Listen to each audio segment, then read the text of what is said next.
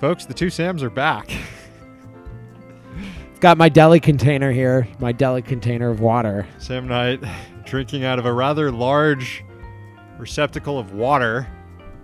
It's hot. We got to stay hydrated. It's a code red day. Staying hydrated. What's up, Luke? What's up, Christian? Glad we got some viewers still. Got some people on Patreon. Got Ivan. Got my mom watching. My mom, a loyal viewer. Sam, how was your 4th of July? Bad. I mean, it was okay. It was good. It just ended on a sour note with the local police department sort of overstepping their bounds. Yeah, see, I had a feeling something bad might happen. That's why I fled town, drove to Florida, Daytona Beach. Now I'm back. Ready to get back to work. But what happened with the cops? What are you talking about? It wasn't... I mean, it was just annoying. We were all sort of gathered on a corner and hanging out. There were fireworks. There were... I was rolling a joint. And they came right up to us and basically broke up the party. There were open alcohol containers.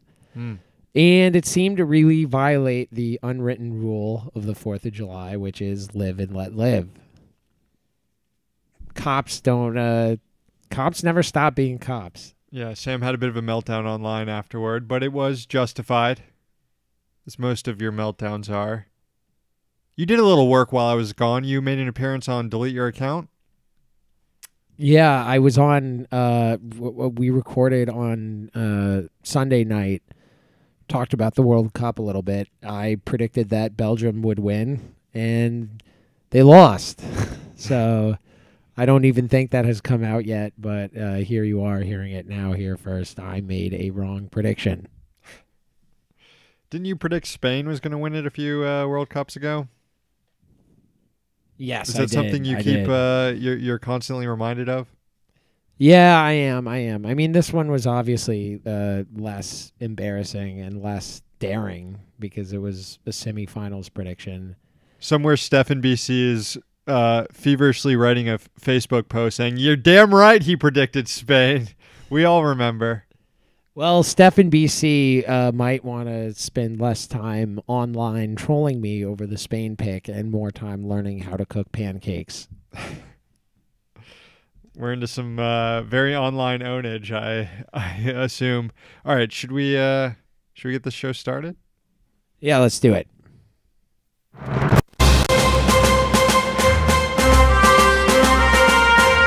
This is District Sentinel Radio, the newscast of record for the left.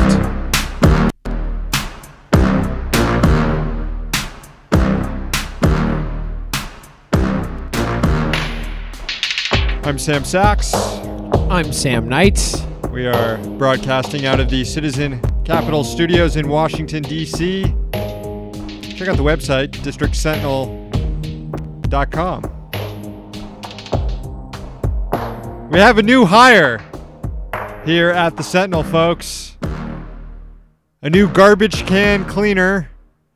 Not quite at intern status, in fact, just below intern status. Welcome Scott Pruitt to the team, everybody.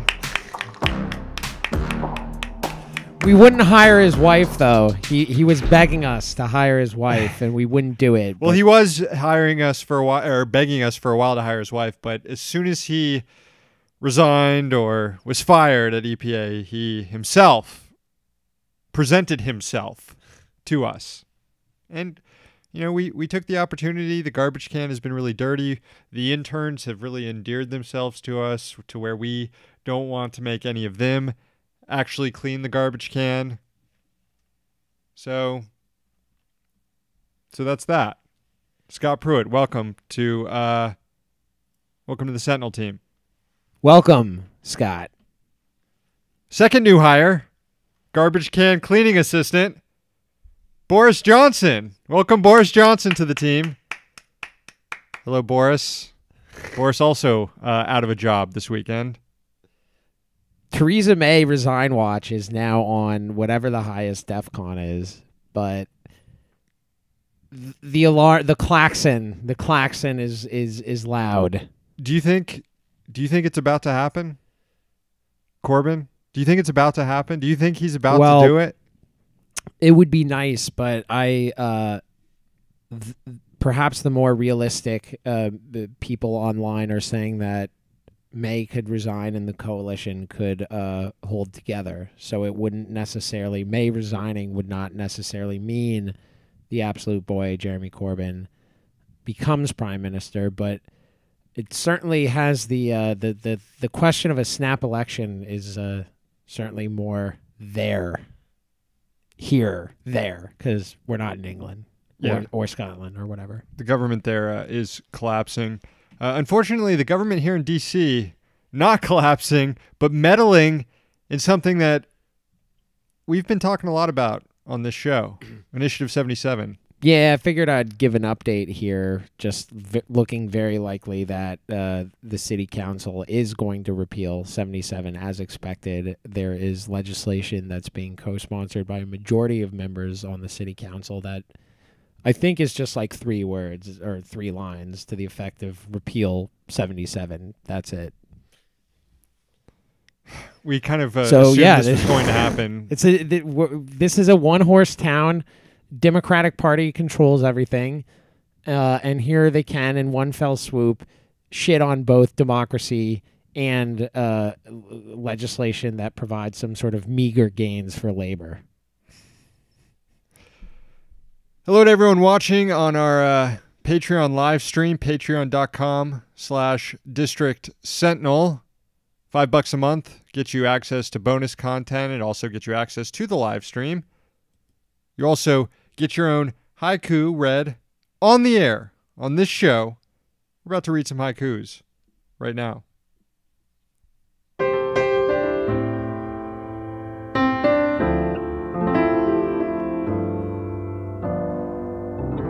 This one is for Alex. Thai boys are live. We're all relieved. Now they are fodder for haiku. Thank you, Alex. This is for Vincent. Another good thing. Thai boys are alive. Also, Elon Musk not smart. Certainly not. Not smart at all. Thank you, Vincent. Thanks to all the subscribers on Patreon, patreon.com/District Sentinel. Going to get to the newscast here in just a second. Some other content coming out here. The Street Fight Boys. We did a show with them here in D.C. Was it like a week and a half ago? Yeah, that sounds right. And that's out. They released that, right? Yeah, they released the audio. They go over to their social media, Street Fight WCRS on Twitter. Murder Brian is Brian Quinby. Brett Payne is Brett Payne, although his Twitter handle is PAIN and his last name. Bring the pain! Yeah, exactly. So anyway, yes, the audio of our show at the Beer Baron, the Comedy Loft or whatever it's called, it's out. It's out. Also, do we know if this is out yet? No, it's not out yet. Your appearance. No. My appearance on Delete Your Account, not out yet. I was on there talking about the World Cup. As I noted to our live stream watchers earlier, predicted Belgium to win, and they just lost. So, hooray. Ivan in our Patreon chat saying, if you guys hired Pruitt, I'd keep a close eye on the office supply cabinet. Turn it into a jack-off booth, I think. It's Tuesday, July 10th, 2018. Here's the news.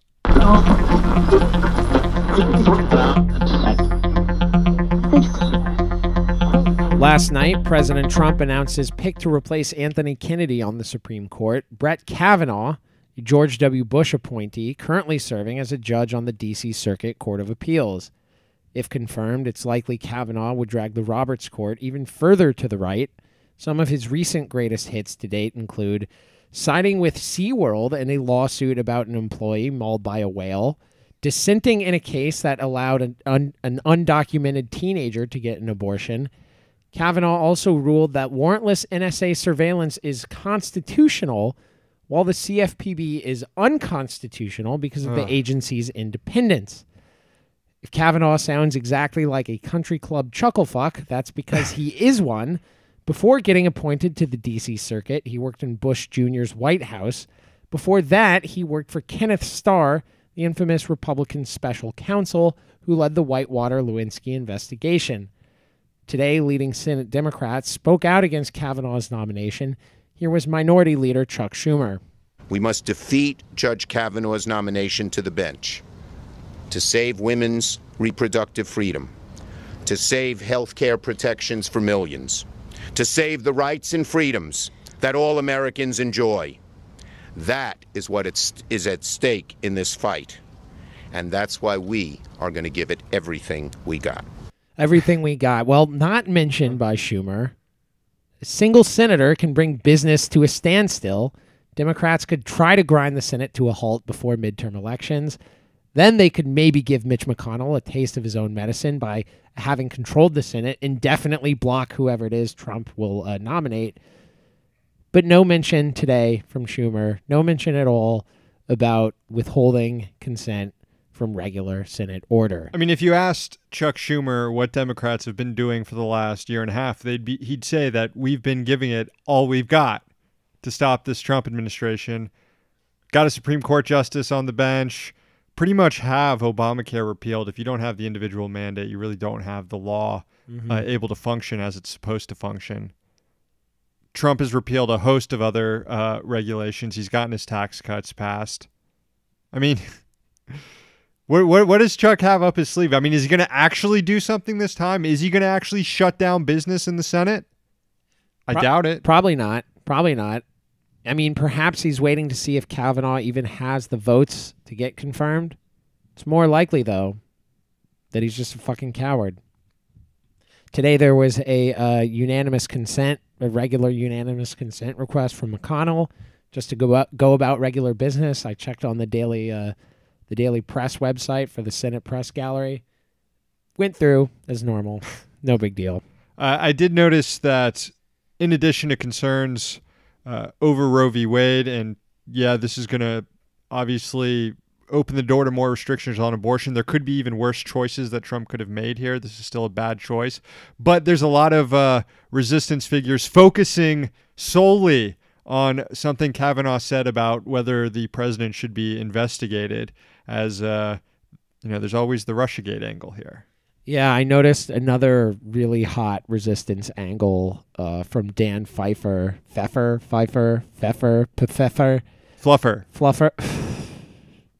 Well, anyway, Pfeiffer. Dan Pfeiffer, the former Obama White House guy who is now one of the Pod Save America dipshits. His complaint about Kavanaugh was that Trump didn't read a single law review article or a brief in making this choice. That was the big embarrassment here, not the just like the litany of Republican dirty tricks to try to keep the judiciary as right-wing as possible. Yeah. That's the best thing Trump does right now, because he's admitting that he doesn't know shit about the law. and here we have the Pod Save America dipshit. Anyway, there was one resistance asshole who did like the pick, Benjamin Wittes, who tweeted how what a great judge Kavanaugh was. How reasonable this guy is. Concurrently to that, we also saw Justin Amash, the Republican congressman who's only good on privacy, comment about how Kavanaugh was awful on surveillance and privacy issues. So it's not a surprise that Wittes approves. President Trump issued another pardon on Tuesday, granting full clemency to Dwight Hammond and Dwight's son, two Oregon ranchers whose trial later kicked off the 2016 occupation of the Malheur Wildlife Refuge in Oregon. Father and son duo of the Hammonds were convicted of arson after they set fire to public lands in order to hide evidence that they were illegally hunting on it. 100 acres were destroyed. They were initially sentenced to 3 months and 1 year, but it was later up to 5 years in prison for each of them. In the statement announcing the Hammond clemency, the White House disputed the conviction, claiming the men were only connected to a fire that leaked onto public land. The statement added that the Hammonds were devoted family man. Well, I will say that Dwight Hammond is 76 years old. The men have been in prison a few years. They've paid back hundreds of thousands of dollars. So I don't know. I'm not big on prison, so I'm okay with these people leaving prison. But it just goes to show once again how white guys with guns get away with a lot, especially when you factor in how everybody involved in the Malheur wildlife occupation, the Bundy clan, all eventually were let off as well. Yeah, I'm surprised that Eamon Bundy doesn't have a show on One America News yet. Wait for it. Just wait for it. The Trump administration is dragging its feet after being ordered to reunite thousands of immigrant kids with their parents. Government lawyers asked for a delay today, the deadline to bring kids under 5 back to their parents. The request was denied by Dana Sabra, the district judge overseeing the case in Southern California. Sabra said, quote, "These are firm deadlines. They're not aspirational goals." Earlier this year, the Trump administration ordered the separation of children from their parents as part of a zero-tolerance policy on border crossings, including those made by people seeking refuge or asylum. Sabra has ordered the administration to reunite all known separated kids by July 26. There are currently 3,000 of them. Today's deadline would only impact 63 children altogether, according to USA Today. What's this? Could it be another Trump cabinet official under investigation? Yes, of course it is. Interior Secretary Ryan Zinke is being looked at by the Office of Special Counsel for an alleged violation of the Hatch Act. In June, Zinke used his official government account to tweet out a picture of his MAGA socks, writing, quote, "Breaking in new socks on a hike with the governors today." You know, the Hatch Act, it prohibits government employees from using their position for electioneering, like showing off Trump-style Make America Great Again socks. Zinke was, I guess, quickly warned of this because he did delete the tweet and apologize for it pretty shortly after. He noted that he didn't realize it could be interpreted as a political slogan, even though that was the political slogan. That was all you heard for 2 fucking years. Anyways, he's still under investigation for it. Funny thing about Zinke deleting the tweet and apologizing, he made sure to stress in his follow-up tweet that he, quote, remains excited about the incredible policy work POTUS is doing. Because, after all, you can't just rescind flattery of this president. You have to replace it with other flattery at all times. Finally, today, the NFL Players Union is challenging that new national anthem rule, which prohibits players from protesting on the field by taking a knee during the national anthem. Players were not consulted on the rule change, as Roger Goodell used his own powers to regulate something called conduct detrimental to the league. The Players Union is basically asking the league to explain how peacefully taking a knee, expressing a First Amendment right, is detrimental to the league. Hearing is expected in the next month. After that, the Players Union said they could be filing labor violations in places where employees are prevented from forcing their employees to stand for the flag and shit. So, stay tuned for that. Can't wait for Justice Kavanaugh to rule that employees have to stand for the flag at all times, even when they're not being ordered to stand for the flag. All right, that is going to do it for the newscast today. But before we go, let's check the listener rant line. Sorry there. I had to say hi to a neighbor. What's up, guys? This is Turd Snadwich calling in. It's been a while. Really enjoying the show. Likewise, with some other callers, you guys are definitely helping me maintain a little bit of sanity. I like this whole melt ice thing in advance of the protest coming up this weekend. Me, the little lady, and our baby are going to go to the one at the White House.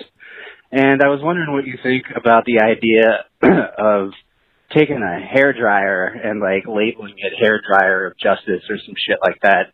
Do you think I'd be likely to get my dome taken out by a sniper? Like, someone would think it looked like a weapon? Seems like it might not be a great idea, but I thought maybe I would get a second opinion. Anyhow, keep up the good work. Be good to yourselves. Bye. Clearly that call from before the ICE rallies, anti-ICE rallies, from a few weekends ago. Hopefully, Turd Snadwich is okay. But I think he should be okay. I don't think bringing a hairdryer to protest. I don't know. I couldn't tell. Is he white?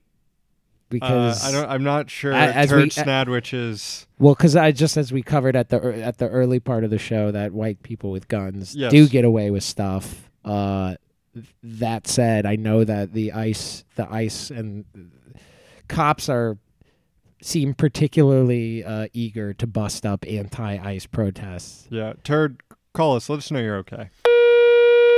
Sam, hey, how's it going, guys? It's your buddy, George Authority. Hey, hope you boys are having a great week. I know I am. The point of my call was I actually wanted to send a message to Macho Man Rand Paul's neighbor. I just wanted to say, check this out. Cuck Poomer. Cuck Poomer. All right, thanks, babe. Nice. Surprised you haven't said that one on air yet. No, Surprised that was no. still out there. It Hanging out there. around. It was out there. For George to come in and claim like that. Thanks for the call. A couple more calls here. Hello, boys. This is the ghost of Barbara Bush. I just wanted to call in and let you know that I'm far too busy here in heaven to have anything to do with your little hockey games. I'll tell you a little bit about heaven since you won't afford to get in. Heaven is like a spa resort. It's very, very warm. Every day we get hot mud treatments with burning hot mud. We sit all day in a lake of lava, and little men with goat's feet massage us with red-hot pokers. Gotta go. Ronnie and Nancy want me to meet Charles Krauthammer. Scalia says hello. How nice of Barbara Bush's ghost to give us a call, although I believe she's mistaken on her whereabouts. All right, let's get to one last call for the day. Hey, what's up, District Sentinel gang? Jay in Brooklyn, currently in Queens, doing big things. Just calling you off that I think the current trend right now is voicing our disappointment in the Supreme Court, especially the justices. And also I just want to tie it into the current trend of kicking Republican lawmakers out of eateries and other establishments. My thought is we should exhume Scalia's body so we can get him kicked out of hell. Thanks, guys. Have a good night. You got me all on board for the exhuming Scalia's body thing, but I'm not sure how that would get him kicked out of hell. And B, why would we want him to get kicked out of hell? Perhaps we need to consult a metaphysicist of some sort. But as Barbara Bush's ghost just called in, she doesn't think hell's so bad. Somehow swimming in lava isn't so bad to our old friend BG. All right. That is the show, folks. There it is. That's the show.